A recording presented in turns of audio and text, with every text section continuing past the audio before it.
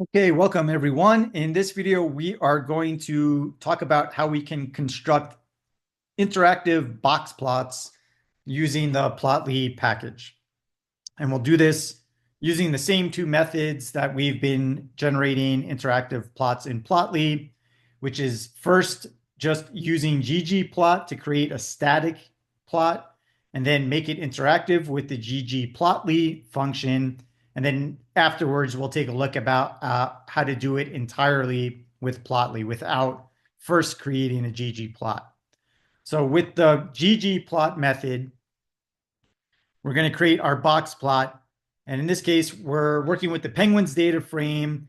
We want to create a box plot for bill length, and we're going to create a separate box plot for each species. So that's what this is doing. So it's going to have bill length on the vertical axis, and we'll have three different plots spread out horizontally side by side.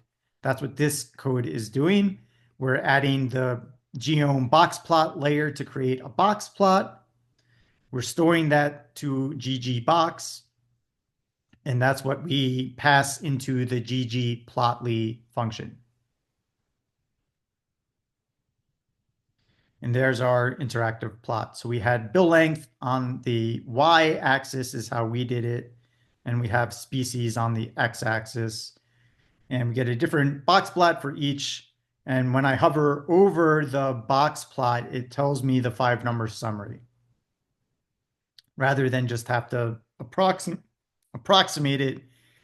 We now get the exact 5-number summary.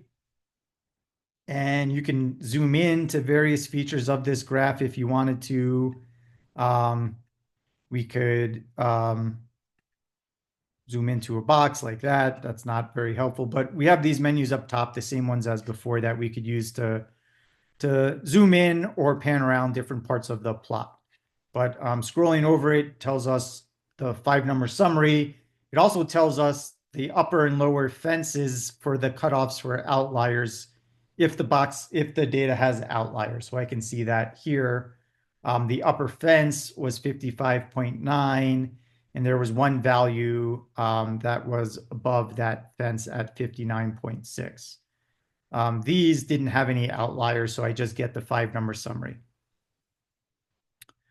Okay, so doing it with the Plotly package, box plots can be created pretty nicely in Plotly. They're not as complicated as it was with the density plot.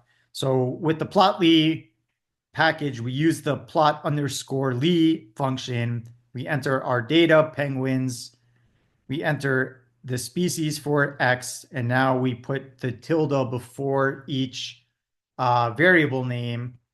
We're going to map bill length to the y-axis, and we're going to give it a type box to create a box plot.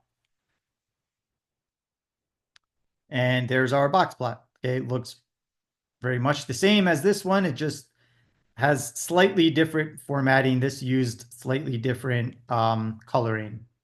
So this uses like blue coloring as opposed to the no-fill coloring up here.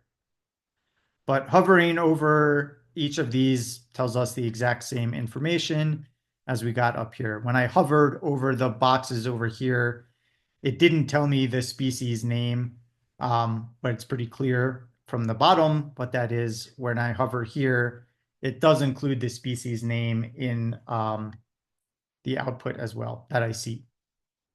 Okay, well, that was it for interactive box plots.